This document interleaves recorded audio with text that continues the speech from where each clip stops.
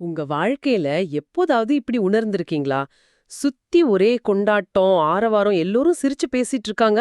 ஆனா நீங்க மட்டும் அங்க சம்பந்தமே இல்லாத ஒரு ஆள் மாதிரி தனியா நிக்கிறீங்க. எல்லோரும் பேசுற மொழி புரியாத ஒரு அந்நியன் மாதிரி. இந்த உணர்வு உங்களுக்கு பரிச்சயமா இருந்துச்சுன்னா, இன்னைக்கு நாம பேசப் போற விஷயம் உங்க மனசுக்கு ரொம்ப நெருக்கமா இருக்கும். இன்னைக்கு நாம மிர்தாத்தின் புத்தகத்திலிருந்து ஒரு முக்கியமான அத்தியாயத்த ஆழமா பார்க்க போறோம். இதுல மிர்தாத் அவரோட சீடர்ல ஒருத்தரான மிக்காயோனோட மனக்குழப்பத்தை அவருக்கே தெரியாம அவருக்குள்ள இருக்கிற ஒரு கனவை வச்சு வெளிக்கொண்டு வராரு. நம்ம நோக்கம் இந்த ஆன்மாவின் வீட்டு ஏக்கம்னு சொல்றாங்களே, அந்த ஆழமான தவிப்புனா என்னன்னு புரிஞ்சுக்கிறது தான். ஆமா, அந்த சூழலே ரொம்ப ஒரு மாதிரி நாடகத்தனமா இருக்கு. ஷீடர்கள் எல்லாம் குளிர்க்காக நெருப்பு பக்கத்துல உட்கார்ந்திருக்காங்க. ஆனா மிக்காயன் மட்டும் தனியா பெரிய மன உளைச்சல்ல இருக்கார். ஏன் அப்படி இருக்காருன்னு யாருக்குமே புரியல. அந்த அமைதியை களைச்சு குரு மிர்தாத் பேச ஆரம்பிக்கிறார். மாபெரும் வீட்டேக்கம்னு ஆரம்பிச்சு ஒரு கனவை விவரிக்கிறார். ஆனா இதுல சுவாரஸ்யம் என்னன்னா, அந்த கனவு யாருடையதுன்னு அவரே சொல்ல மாட்டார். சரி, வாங்க நாமளும் அந்த கனவுக்குள்ள போய் பாப்போம். மிர்தாத் சொல்றாரு, ஒரு மனுஷன் ஒரு கனவு கண்டான். அந்த கனவுல ரொம்ப ஆழமா, அகலமா, அமைதியா போற ஒரு பெரிய ஆத்தங்கரையில அவன் தனியா நிக்கிறான். கரையில திருவிழா மாதிரி ஒரே கூட்டம். ஆண்கள், பெண்கள், குழந்தைங்கன்னு விதவிதமான உடையில புரியாத மொழிகள்ல பேசிட்டு இருக்காங்க. எங்கு பார்த்தாலும் விருந்து, கேளிக்கை, ஒரே சத்தம். ம். ஆனா அவன் மட்டும் அந்த சூழலுக்கு ஒரு துளி கூட பொருந்தல. அவனை எல்லோரும் ஒரு வேடிக்கை பொருள் மாதிரி, ஒரு கோமாளி மாதிரி பாக்குறாங்க. அவங்க பேசுற மொழியில ஒரு வார்த்தை கூட அவனுக்கு புரியல. கடைசியா, இந்த விருந்து எனக்கானதில்ல, இந்த இடம் எனக்கு சொந்தமில்ல, நான் இங்க ஒரு அந்நியன் அவன் உணரும்போது அவனுக்கு மனசு வலிக்குது. இந்த உணர்வு, இதுதான் பல பேருக்கு வாழ்க்கையில ஒரு தொடக்க புள்ளியா இருக்குது இல்லையா? எல்லோரும் சந்தோஷமா இருக்கிற இடத்துல நமக்குள்ள மட்டும் ஒரு பெரிய சோகம் வருது. இது பார்க்க ஒரு மனக்குழப்பு மாதிரி தெரிஞ்சாலும், நீங்க சொல்ற மாதிரி இது ஒரு ஆன்மீக அறிகுறி. மிகச் சரியா சொன்னீங்க. இந்த ஆத்தங்கரைங்கிறது நம்ம வாழ்ற இந்த உலகம்தான். இங்க இருக்கிற கொண்டாட்டங்கள், உலகியல் சார்ந்த சந்தோஷங்கள், லட்சியங்கள், ஒருத்தர் ஆன்மீகமா விழிக்க ஆரம்பிக்கும்போது இந்த உலகியல் கொண்டாட்டங்களுக்கு நடுவுல தங்களை ஒரு அந்நியனா உணர ஆரம்பிப்பாங்க. அது ஒரு நோய் இல்ல, அது விழிப்புணர்ச்சியோட முதல் படி. நான் இங்க இருக்கேன், ஆனா நான் இங்கிருந்து வந்தவன் இல்ல அப்படிங்கிற ஒரு உணர்வு அது. அந்த தனிமையோட உச்சத்துல திடீர்னு ஒரு பெரிய கூச்சல் கேக்குது. அந்த மக்கள் கூட்டம் மொத்தமும் சட்டுன்னு தரையில விழுந்து முகத்தை கையால மூடிட்டு வணங்குது. அவங்க அப்படி வரிசையா படுத்ததும் ஆத்தங்கரை ஓரமா ஒரு பாதை உருவாகுது. அந்த பாதையில அவன் மட்டும் தனியா நின்னுட்டு இருக்கான். அப்போ தூரத்துல ஒரு உருமல் சத்தம். ஆமா, வாயிலிருந்து நெருப்பும் மூக்கிலிருந்து புகையும் கக்கிக்கிட்டு ஒரு பெரிய காளமாடு அவனை நோக்கி பாய்ஞ்சு வருது.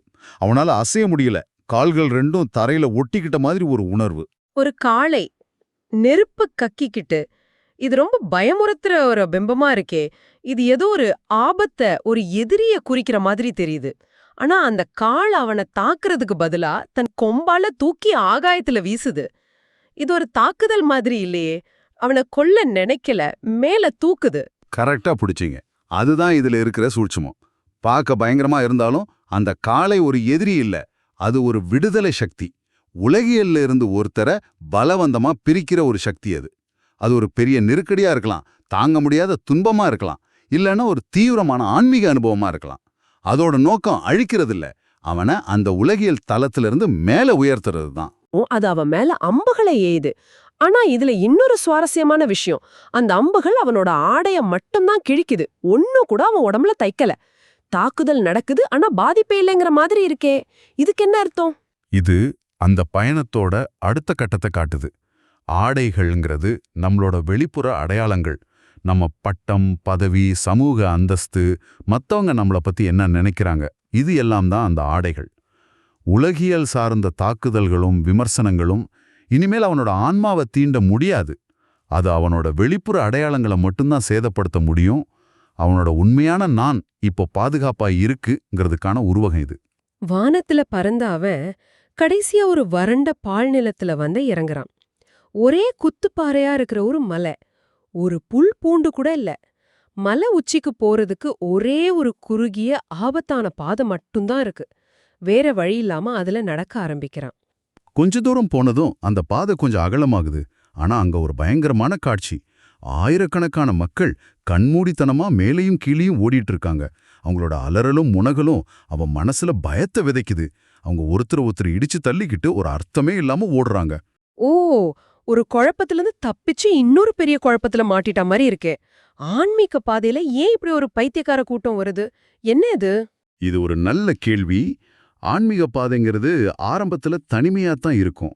ஆனா கொஞ்ச தூரம் போனதும் குழப்பமான பல சித்தாந்தங்களையும் குருட்டுத்தனமான வழிமுறைகளையும் பின்பற்றுகிற மனிதர்களால் அது நிறைஞ்சிருக்கும்.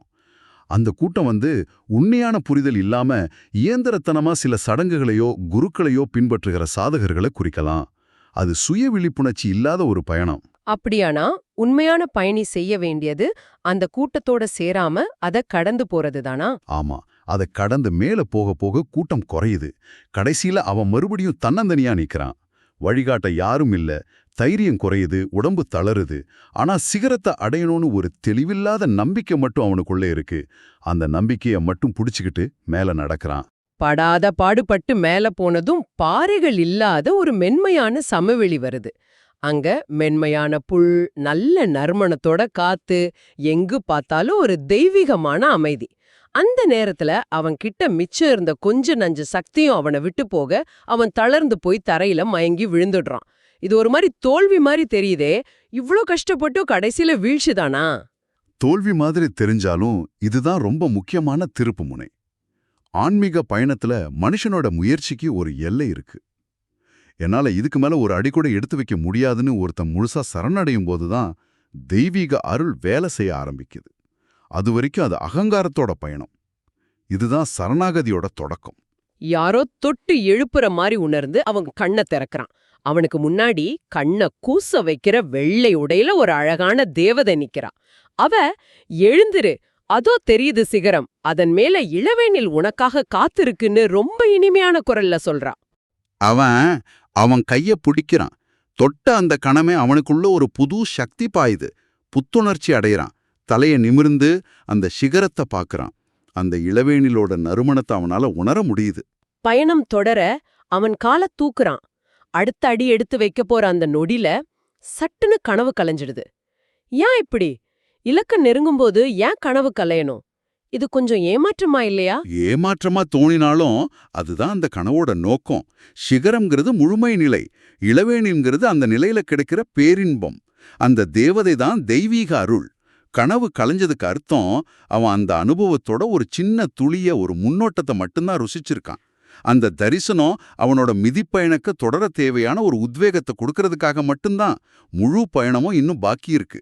மிர்தாத் இந்த கனவை சொல்லி முடிச்சதும் அந்த இடத்துல ஒரு பேரதிர்ச்சி. மிக்காயன் தேள் கொட்டுன மாதிரி துள்ளி எழுந்து, நான் தான் அந்த கனவை கண்டவன், அது என்னோட கனவு அன்னு அலறான். அவன் குரல்ல வலியும் ஆச்சரியமும் கலந்திருக்கு. அவன் தொடர்ந்து, குருவே, எப்படி என் கனவை இவ்ளோ துல்லியமா சொன்னீங்க? என் ஆன்மாவே என்னை கைவிட்டு போன மாதிரி உணர்ந்தேன். அந்த சிகரத்தோட சுதந்திரமும் அந்த அழகிய கண்ணியும் என்னை ராத்திரி பகலா துரத்துது. நானே எனக்கு அந்நியனாயிட்டேன்னு தன் மனவேதனையெல்லாம் கொட்டுறான். அவன் அந்த கனவு உலகத்திலே வாழ விரும்புற மாதிரி தெரியுது. மிக்காயனோட இந்த தவிப்ப கேட்டு மிர்தாத் அவனை கோபப்படல. மாறா ரொம்ப கருணையா சிரிச்சுக்கிட்டு, மகிழ்ச்சி பெறுங்கள் மிக்காயன், உமது இதயத்திற்கு வீட்டேக்கம் வந்துவிட்டதுன்னு சொல்றாரு. இந்த பதில், இதுதான் இந்த அத்தியாயத்தோட உச்சம் இல்லையா? நிச்சயமா. மிக்காயன் அனுபவிக்கிறது ஒரு மனநோய் இல்லை, அது ஆன்மாவின் ஏக்கம். தன்னோட உண்மையான வீட்டுக்கு, தன்னோட மூலத்துக்கு திரும்ப துடிக்கிற ஒரு பரிசுத்தமான தவிப்பு. இந்த உலக வாழ்க்கையில எவ்வளவுதான் கிடைச்சாலும் பூர்த்தியாகாத ஒரு வெற்றிடம் உள்ளுக்குள்ள இருக்கும். அந்த வெற்றிடம்தான் வீட்டு ஏக்கம். அது ஒரு நல்ல அறிகுறி. அந்த சிகரமும் அந்த அழகிய கன்னியும் அந்த வீடும் உனக்கு நிச்சயம் கிடைக்கும்னு மிர்தாத் அவனுக்கு வாக்குறுதி கொடுக்கறாரு. இது ஒரு குறிப்பிட்ட இடத்தை பத்தினது இல்ல, ஒரு உணர்வு நிலைய, ஒரு பிரக்ஞையோட உச்சத்தை அடையறத பத்தினதுன்னு புரியுது. ஆமாம். ஆக இந்த ஆழமான மன உளைச்சலும் இந்த உலகத்துல நம்மள நாமே அந்நியமா உணர்றதும் ஒரு விதத்துல ஒரு நல்ல விஷயம்தான். அது உங்க ஆன்மா அதோட உண்மையான இல்லத்தை தேட ஆரம்பிச்சிருச்சுங்கிறதுக்கான முதல் அழைப்பு மணி. அந்த பயணம் கஷ்டமானது, தனிமையானது, வழியில பைத்தியக்கார கூட்டங்கள் வரலாம். ஆனா அதோட முடிவுல ஒரு தரிசனமும் தெளிவும் காத்துட்டு இருக்குங்கிறது தான் இந்த கனவு நமக்கு உணர்த்துது. கரெக்ட். இந்த உரையாடலோட இறுதியில அபிமார்னு இன்னொரு சீடர் ஒரு முக்கியமான கேள்வியை எழுப்புறாரு. அவர் மிர்தாத் கிட்ட, குருவே, இந்த வீட்டு ஏக்கத்தை நாங்க எப்படி அடையாளம் கண்டுக்கிறது, அதோட அறிகுறிகள் என்னன்னு கேக்குறாரு. எல்லாருக்குள்ளயும் இருக்கிற கேள்வி இது. ஆனா மிர்தாத் அந்த கேள்விக்கு உடனே பதில் சொல்லல. அங்க ஒரு ஆழமான மௌனம் நிலவுது. அந்த மௌனத்துல ஒரு பெரிய உண்மை கரைஞ்சு போயிருந்தது. ஒருவேளை அந்த அறிகுறிகள் ஒவ்வொருத்தருக்கும் தனித்துவமானவை. அத வார்த்தையால விளக்க முடியாது, அத உணர மட்டும்தான் முடியும். இப்போ உங்களுக்கான சிந்தனை இதுதான். உங்க ஆன்மா எப்போதாவது இப்படி ஒரு வீட்டு ஏக்கத்தை உணர்ந்திருக்கா? அதோட மெல்லிய குரல, அதோட தவிப்ப நீங்க கேட்டிருக்கீங்களா? அப்படி இருந்தா உங்க வாழ்க்கையில அதோட அறிகுறிகள் என்னவா இருந்துச்சு?